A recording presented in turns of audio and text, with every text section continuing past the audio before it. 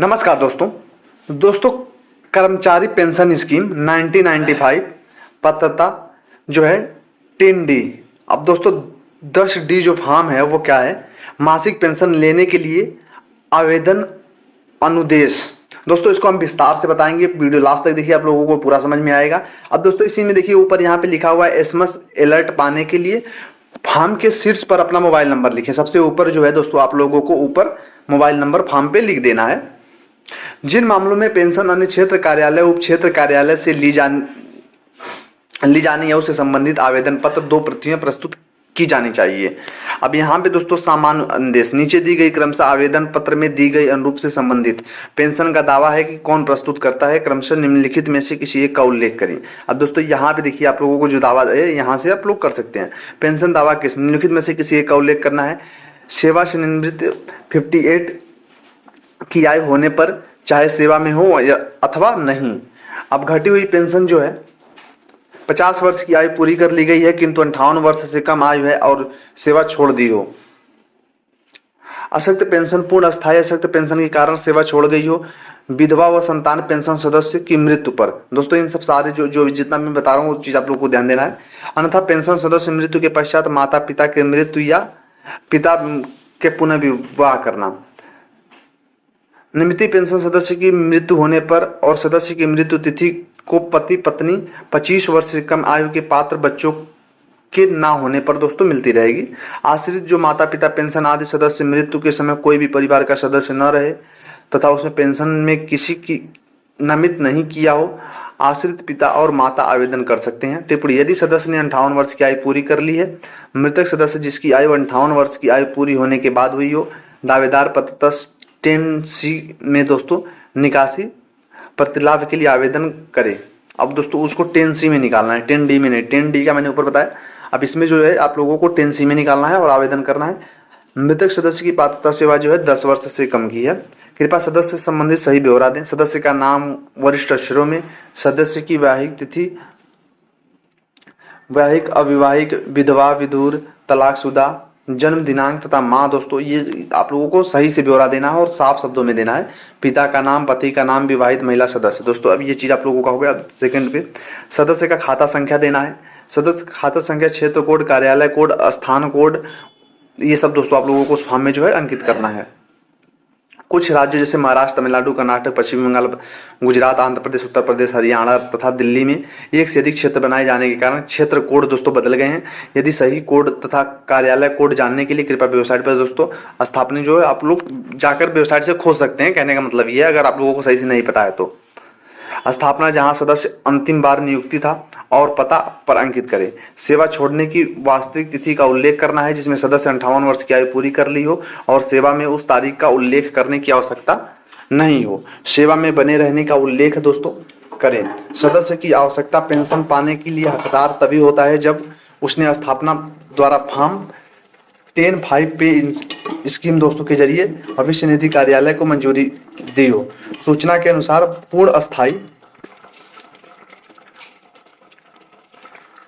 अशक्त के कारण सेवाएं छोड़ी हो। अन्य सभी मामलों में नौकरी छोड़ने का वास्तविकता कारण बताया जाना चाहिए। तथापि उसके सदस्य का 58 वर्ष की आयु होने के बाद भी नौकरी पर उसके बारे में उल्लेख होना चाहिए।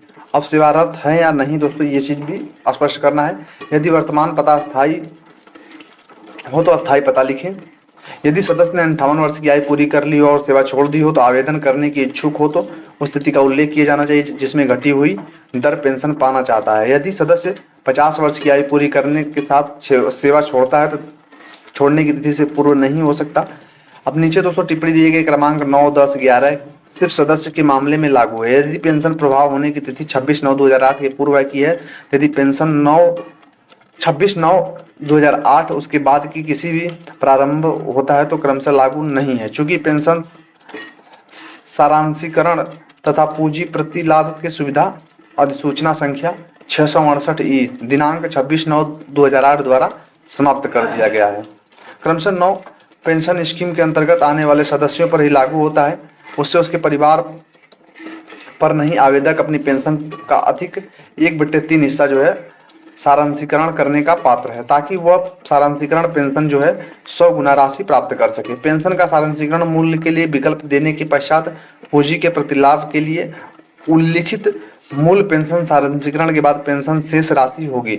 यदि पेंशन दोस्तों 26/9/2008 या उसके बाद किसी भी तिथि से प्रारंभ होना है तो ये क्रमांक लागू नहीं है, चूंकि पेंशन के सारांशीकरण की सुविधा जो है अधिसूचना 688 दिनांक 26/9/2008 द्वारा समाप्त कर दी गई है।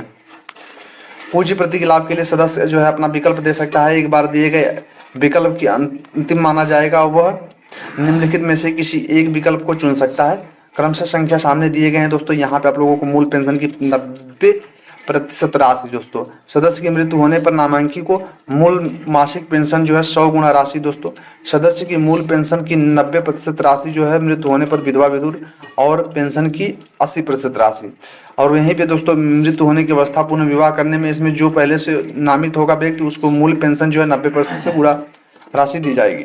अब देखो दोस्तों यहाँ पे इस प्रकार से दिया हुआ है, यदि पेंशन 26/9/2008 या उसके बाद किसी तिथि से प्रारंभ होना तो क्रमशः लागू नहीं है, चूंकि पेंशन की पूंजी प्रति लाभ की सुविधा अधिसूचना संख्या 688/26/9/2008 द्वारा समाप्त कर दी गई है। सदस्य को पूंजी प्रतिभा लाभ लेने के लिए अपने नामांकित व्यक्ति के विवरण प्रस्तुत करने होंगे। सदस्य अपनी पत्नी, पति अथवा पुत्रियों को नामांकित कर सकता है। विवाहित सदस्य अपने परिवार के कोई भी सदस्य पत्नी जीवित ना हो तथा अविवाहित व्यक्ति, अविवाहित महिला उपयुक्त क्रमशः 10 में से दिए गए 3 विकल्पों के अनुसार प्रति लाभ जो है दे पेंशन की राशि। यदि कोई ना हो लेने के लिए तो अपनी पसंद के व्यक्ति को नामांकित कर सकते हैं। विकल्प 2 के मामले में सदस्य अपनी पत्नी नामांकित नहीं कर सकते, क्योंकि सदस्य की मृत्यु के पश्चात पति पत्नी को विधवा विधुर पेंशन के अतिरिक्त सदस्य पेंशन 80% जो है वो मिलेगा। और पत्नी पर पति की मृत्यु पुनः विवाहित के बाद नामांकित पूंजी प्रतिलाभ दोस्तों मिलेगा। क्रमशः 11 तभी लागू होता है जब सदस्य क्रमशः 10 के लिए योग्य है और वो अपने विकल्प दिया हो। यह कार्य सदस्य द्वारा पूरा किया जाना चाहिए तथा उसकी अनुपस्थिति में उसकी पति पत्नी या बच्चों को पूरा किया जाना चाहिए। सदस्य के परिवार के जीवित सदस्यों में उनकी पत्नी या पति सभी बच्चे शामिल हैं और ब्यौरा प्रस्तुत किया जाना चाहिए। आवेदन पत्र देने की तारीख तक प्रत्येक वयस्क बच्चों को संरक्षण और ब्यौरा दिया जाना चाहिए। बच्चे की आयु की पुष्टि के रूप में स्कूल अथवा जन्म मृत्यु रजिस्टर जो है ESI कार्ड, डी कार्ड या नगर पालिका का प्राधिकारियों के प्राप्त किए गए आयु प्रमाण पत्र को आवेदन पत्र के साथ संलग्न किया जाना चाहिए। नर्सिंग संरक्षण ने भिन्न अभिभावक मामले में अभिभावकता प्रमाण पत्र संलग्न किया जाना चाहिए। फिलहाल दोस्तों ये था सदस्य की जीवित न होने पर लागू होगा मृत्यु की तारीख की पुष्टि, और यहाँ पे दोस्तों प्रमाण पत्र संकलन किया जाना चाहिए। दोस्तों ये चीज़ जो है मैं आप लोगों को डिस्क्रिप्शन में दे दूंगा, वहाँ से भी जाकर आप लोग खुद इसको डाउनलोड कर सकते हैं, डाउनलोड कर पाएंगे। बैंक खाता संख्या आदि दोस्तों यहाँ पे आप दिया हुआ है। अब इसको बहुत लंबा अगर मैं बनाने लगूंगा वीडियो तो बहुत लंबा हो जाएगा। फिलहाल मैं दोस्तों इसको आप लोगों की जो मेन जानकारी थी वो मैंने दे दिया। अब आप लोगों को जो क्या है ये इसका मैं जो है लिंक दे दूंगा डिस्क्रिप्शन में, वहाँ से आकर डाउनलोड करें। चलिए दोस्तों मिलते हैं वीडियो, तक के लिए थैंक यू।